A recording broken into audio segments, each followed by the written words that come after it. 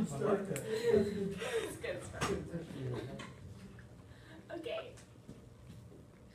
Jack's fine, but some weird things are happening. Between people telling me I sound like Kari from the babysitter off of The Incredibles, to people telling me I look like Merida from Brave, cartoons and children's movies are something I hear about on a regular basis.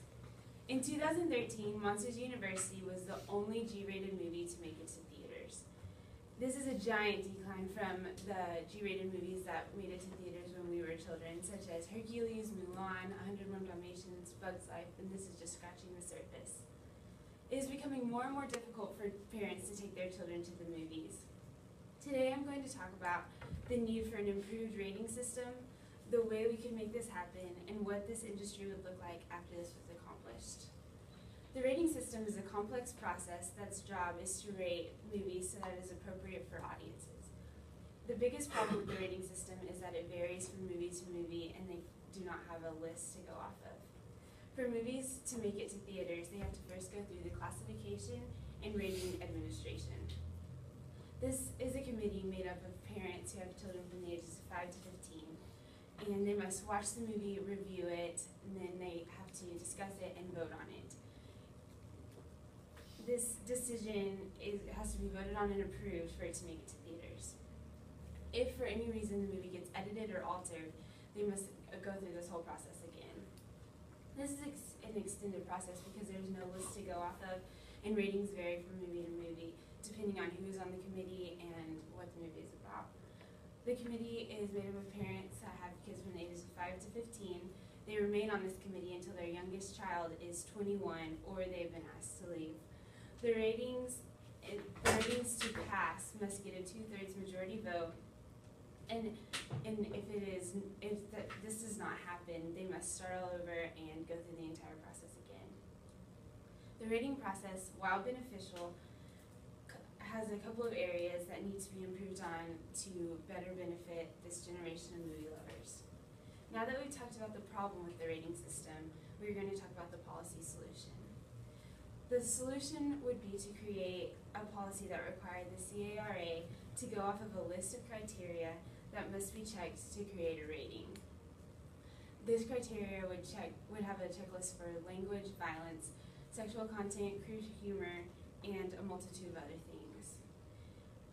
Due to the many things to consider, even a checklist would not be able to fully grasp the content of all movies. So the CARA would still have to declare an official rating. This would allow parents to feel more comfortable in knowing what they were about to go take their children to see, and it would allow producers to better target their specific audiences. With this checklist, parents would better know what movies would have in them, and they would be able to take their children to the movies without surprise of what words are about to come up and the scenes. The American Academy of Pediatrics states on their website that young children who are exposed to violence in movies and TV shows have a greater tendency towards aggression with their peers and at home. While this criteria would not be able to list out the specific details on each movie, it would give parents a better general idea of what the movies would consist of. This would also be better for movie producers. While they have an idea of what their movie is going to be rated, they can never know for sure.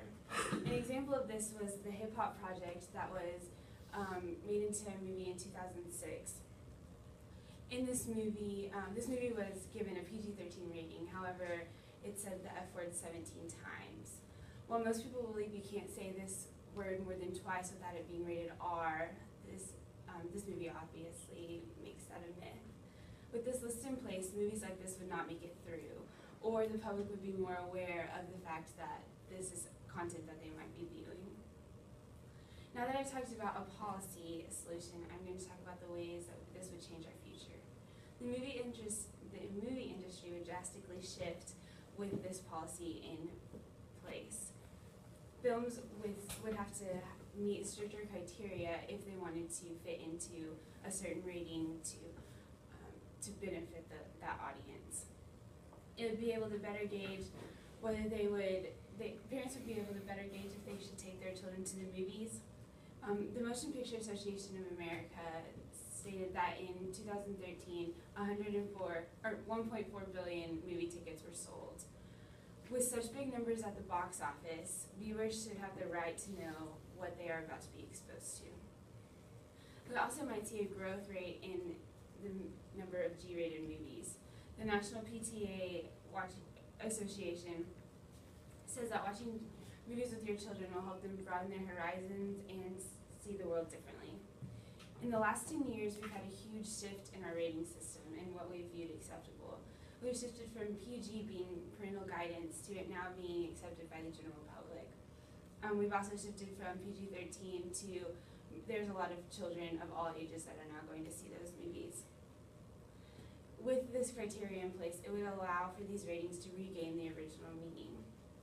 In conclusion, the need for an improved rating system, a policy that would allow for criteria to be placed on it, and the way our future would look with this policy are all things to think about. Although most of you are not waiting for the next great G-rated movie to come out, just imagine where we will be when your kids want to go